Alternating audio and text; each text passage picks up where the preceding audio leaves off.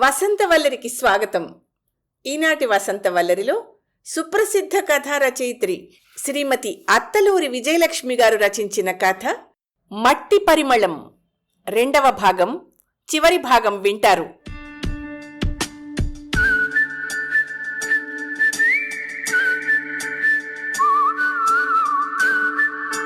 ఎట్టి పరిస్థితుల్లో నేను ఇక్కడ ఉండనండి, మీరు రాకపోతే నేను ఒక్కదాన్నే వెళ్ళిపోతాను అని పంతం పట్టుపట్టడంతో అన్నపూర్ణమ్మ మనవడికి చెప్పింది. వెళ్ళు నాయనా, కొంతకాలం అక్కడా ఉండి ఆ జీవితమూ చూసిరా. నానమ్మ కూడా అలా అనడంతో సారథికి తప్పలేదు. హైదరాబాద్ వచ్చాక ఆ గందరగోళంలో అతనికి చాలా కాలం అసలు ఏమీ అర్థం కాలేదు. ఏనాడు ఒక 10 రూపాయలు పెట్టి ఏమీ కొనని అతను పాలకూర కట్టలు 10కి 4 కొంటుంటే గుండె ఆగిపోయింది. ఈ లెక్కన నెలకి తనకొచ్చే జీతం సరిపోదు అనుకుని అనుపమని అడిగాడు, ఉద్యోగం చేస్తావా? నేనా? ఉద్యోగమా? No, never. నాకు అడ్డమైన వాళ్ళని సార్ సార్ అంటూ వాళ్ళ దగ్గర పనిచేయడం అంటే అసహ్యం. అయినా నేనెందుకు చెయ్యాలి? ఉద్యోగం అనేది మీ బాధ్యత, మీకు వండి పెట్టడం నా బాధ్యత, అంతే అంటున్న ఆమె వైపు చూస్తూ, ఈమె ఈ 21st సెంచరీలో ఎలా పుట్టిందిరా బాబూ అనుకున్నాడు. సారథికి గడిచిన రోజుల జ్ఞాపకాలతో అనుపమ అంటే మొండితనానికి మారుపేరు అనిపించింది. ఈమెకి సమాధానం తనూ మొండిగా ఉండడమే అని ఆ క్షణమే నిర్ణయించుకుని అన్నాడు, నేను బాబుని తీసుకుని వెళ్తున్నాను, నువ్వు కూడా వస్తే బాగుంటుంది, లేకపోతే నేను తిరిగి ఇక్కడికి రాను.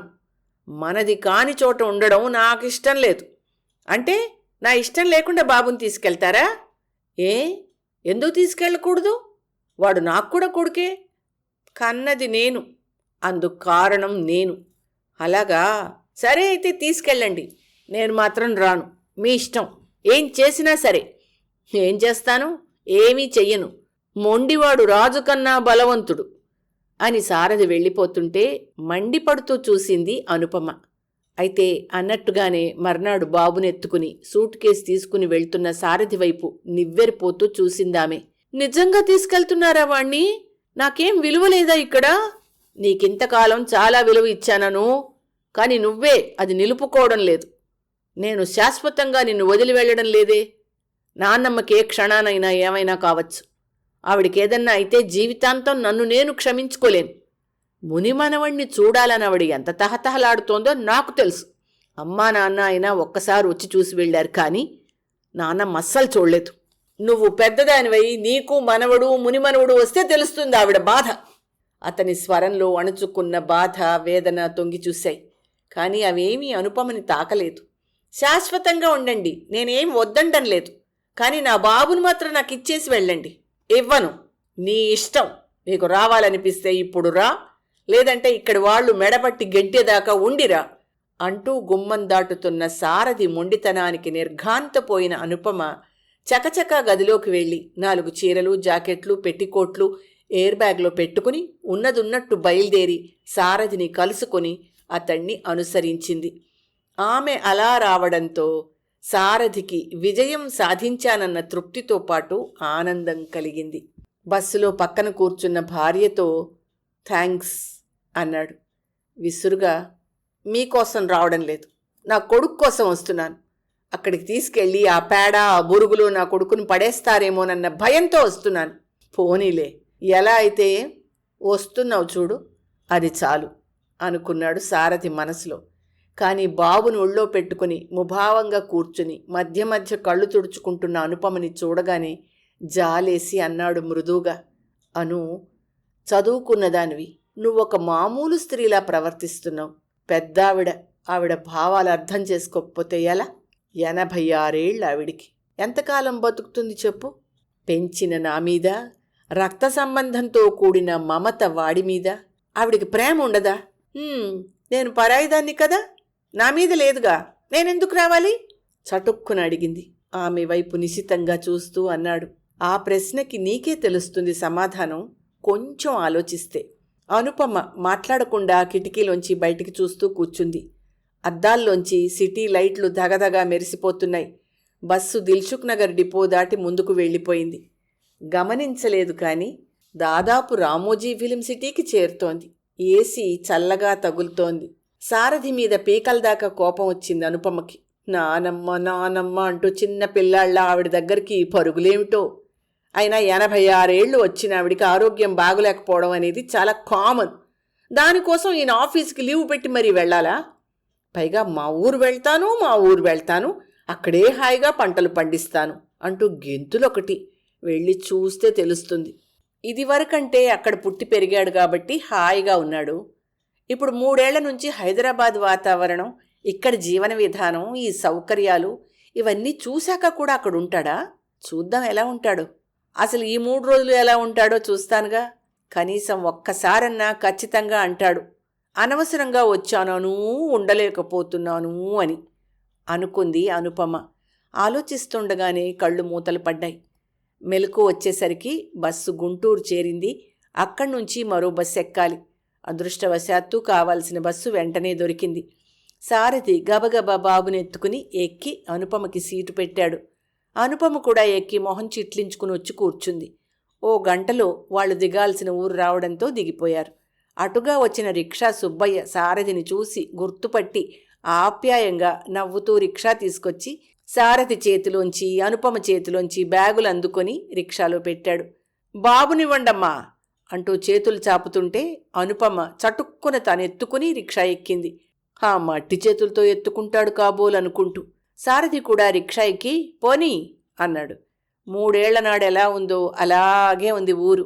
కాకపోతే అక్కడక్కడ ఆటోలు కనిపిస్తున్నాయి.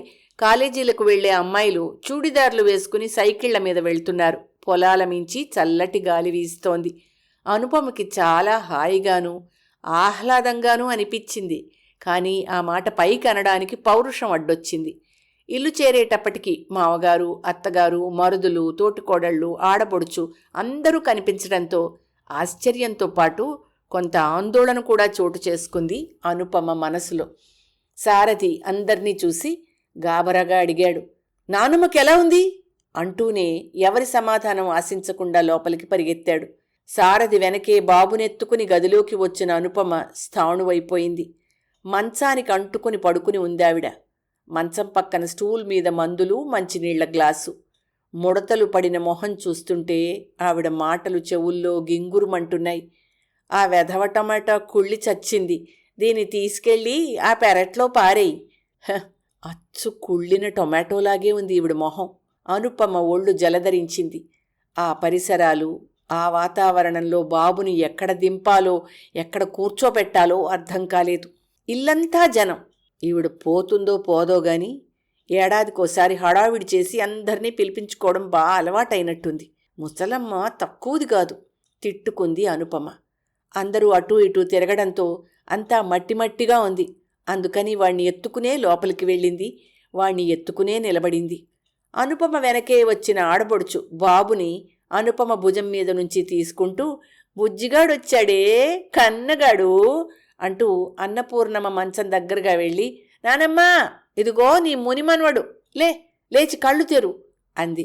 అనుపమకి కాళ్ళు చేతులు వణికాయి. ఆడబొడుచుని ఈడిచి తన్నాలనిపించింది. రోగిష్టి మనిషి దగ్గరకు పసివాణ్ణి అలా తీసుకెళ్లడమేనా? వాడికి ఏదన్నా అయితే పిల్లలకి ఇన్ఫెక్షన్స్ త్వరగా వస్తాయి.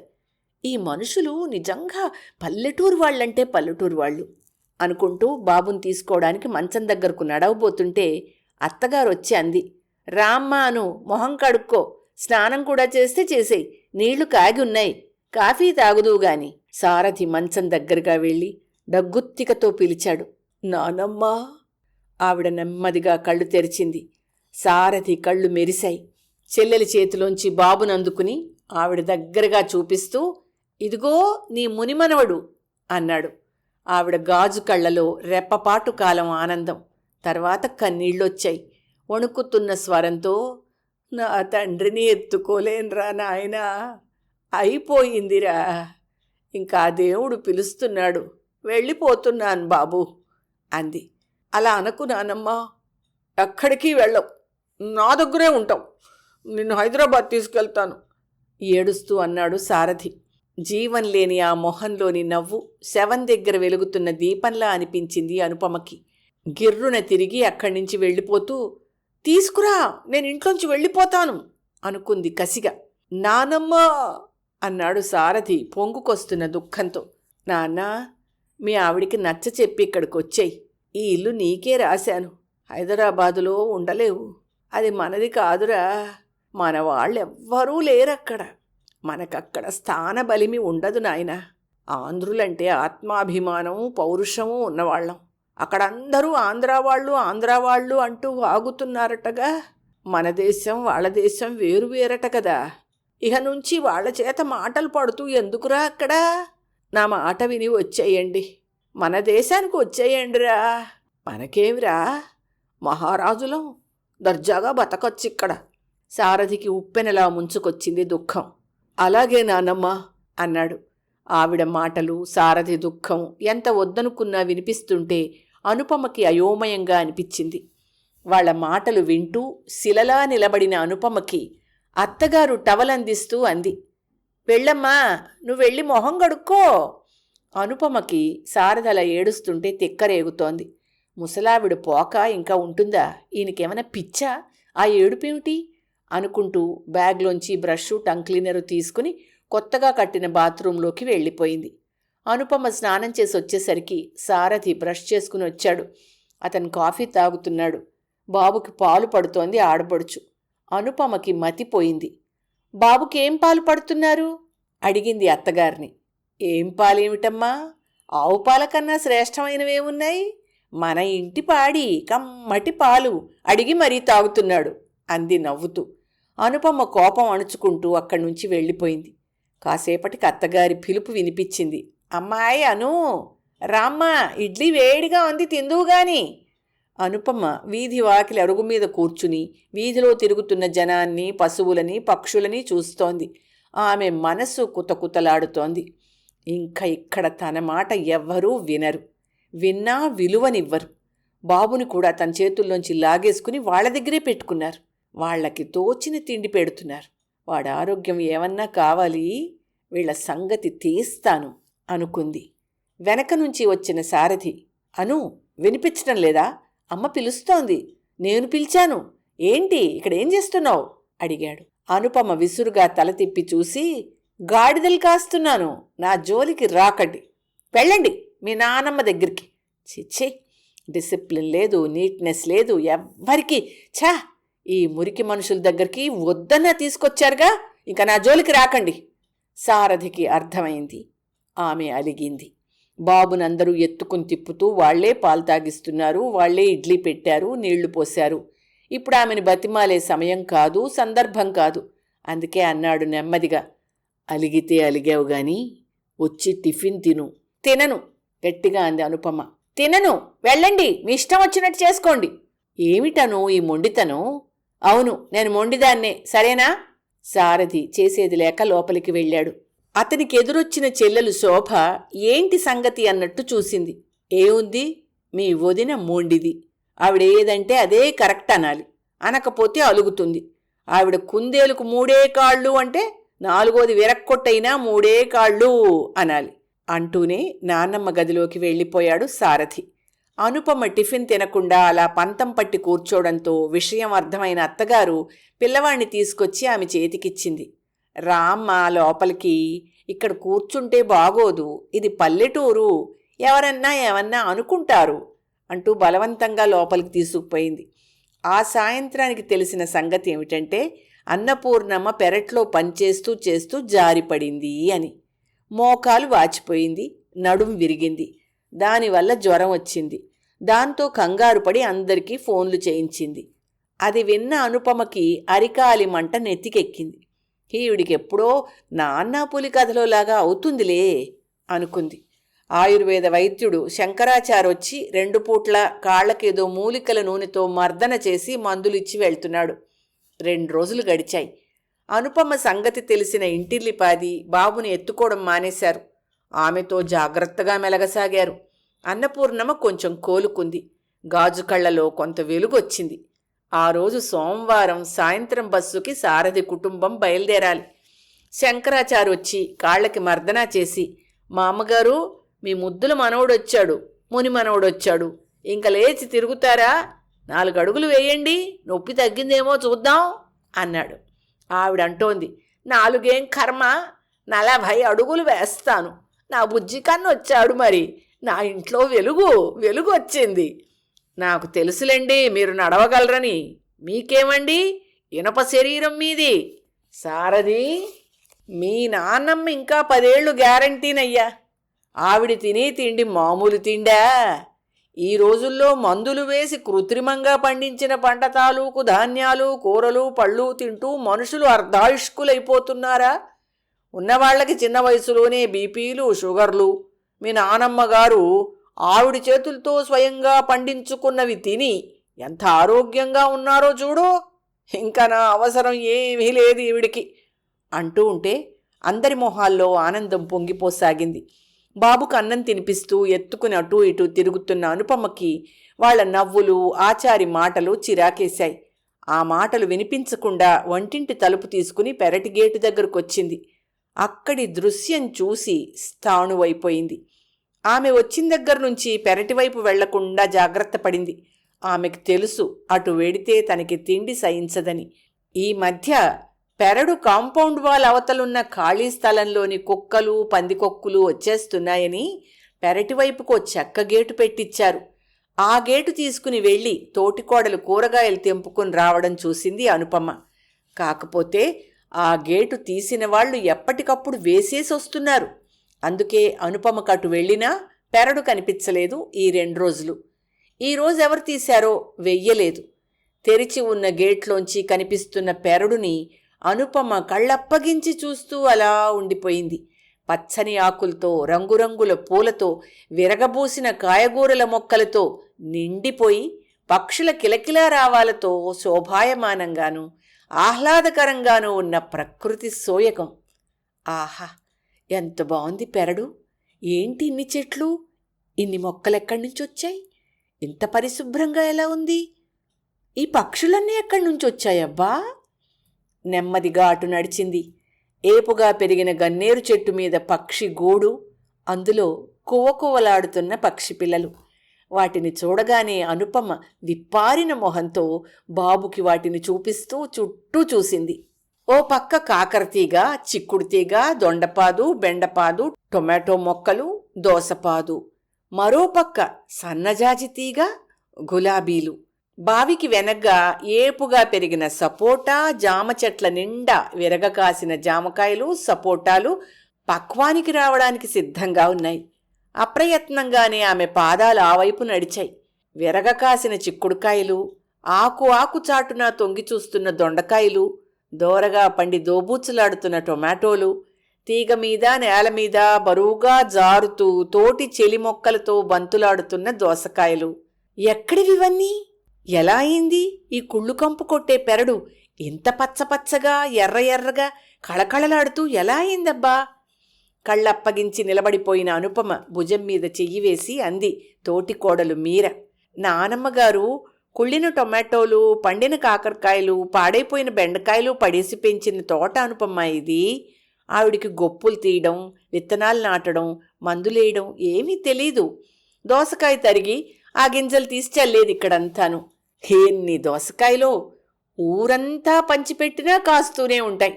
నీకు తెలుసా, ఈ చుట్టుపక్కల వాళ్ళెవ్వరు కూరగాయలు ఎక్కడా కొనరు. ఇక్కడి నుంచి కావలసినవి తెంపుకుని వెళ్తారు. నాయనమ్మగారు ఒక్కరే వండుకోలేరని వాళ్లే వండి ఆవిడికి ఇంత తీసుకొచ్చిస్తారు. నానమ్మ సారథి వెళ్ళిపోయాక చాలా బాధపడింది అనుపమ. అక్కడ్నుంచి ఆవిడికి అనారోగ్యం కూడా మొదలైంది. అంతకుముందు తలనొప్పి అని కూడా ఎరగదు. అనుపమ సమాధానం చెప్పలేదు. ఆమెకి చిత్రంగా అనిపిస్తోంది, తమాషాగా ఉంది. ఏదో తెలియని అనుభూతితో మనసంతా నిండిపోయింది. ఆచారి మాటలు, తోటికోడలి మాటలు పదే చెవుల్లో ప్రతిధ్వనిస్తుంటే అన్యమనస్కంగా ఉండిపోయింది. సాయంత్రం 6 దాటింది. సారథి సాయంతో కర్ర పట్టుకుని నడిచొచ్చి హాల్లో కూర్చుంది అన్నపూర్ణమ్మ. పిల్లలు, పెద్దలు అందరూ ఆవిడ చుట్టూ కూర్చున్నారు. నేనివాళ వెళ్ళిపోతున్నాను నానమ్మా అన్నాడు సారథి. ఆవిడేమీ మాట్లాడలేదు. కొద్దిసేపటికి అంది, తప్పదుగా నాయనా, పట్నం ఉద్యోగం కదా, నీ పైవాడికి సమాధానం చెప్పుకోవాలాయే. వెళ్ళు, ఏం చేస్తాం కానీ అంది నిర్లిప్తంగా. సారథికి బాధగా అనిపించింది. ఏమీ మాట్లాడకుండా అక్కడ్నుంచి లేచి పడక గది గుమ్మంలో నిలబడి చూస్తున్న అనుపమతో అన్నాడు, సామాన్ సర్దావా? ఏం సామాను? అడిగింది అనుపమ. చికాగ్గా చూశాడు సారథి.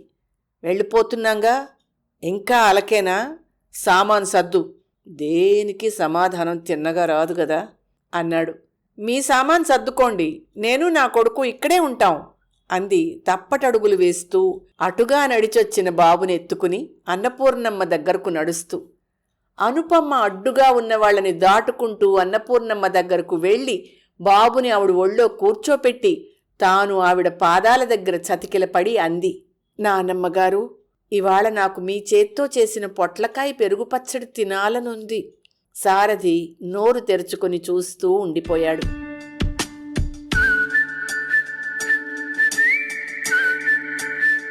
వసంతవల్లరిలో సుప్రసిద్ధ కథారచయిత్రి శ్రీమతి అత్తలూరి విజయలక్ష్మి గారు రచించిన కథ మట్టి పరిమళం 2వ భాగం, చివరి భాగం విన్నారు. వసంతవల్లరిలో ఇవాల్టి కార్యక్రమం మీకు నచ్చిందని ఆశిస్తున్నాను. అందుకే లైక్ చేసి మీ మిత్రులకు బంధువులకు లింక్ను షేర్ చేసి మీ అమూల్యమైన అభిప్రాయాన్ని నాకు కామెంట్ బాక్స్లో తెలియచేయమని, వసంతవల్లరికి సబ్స్క్రైబ్ చేయమని విన్నవించుకుంటూ మీ వసంతలక్ష్మి అయ్యగారికి సెలవు మరి. Thank you. వసంతవల్లరి మిత్రులు, శ్రేయోభిలాషులు, వీక్షకులు, శ్రోతలు అందరికీ ఒక విజ్ఞప్తి. గతంలో లాగానే ఎప్పటికప్పుడు నా కథలను విని స్పందన తెలియచేయమని కోరుతూ, నేను చదివిన కథ మీకు బాగా నచ్చినట్టయితే తప్పకుండా హైప్ ఆప్షన్ నొక్కి నన్ను ప్రోత్సహిస్తారు కదూ.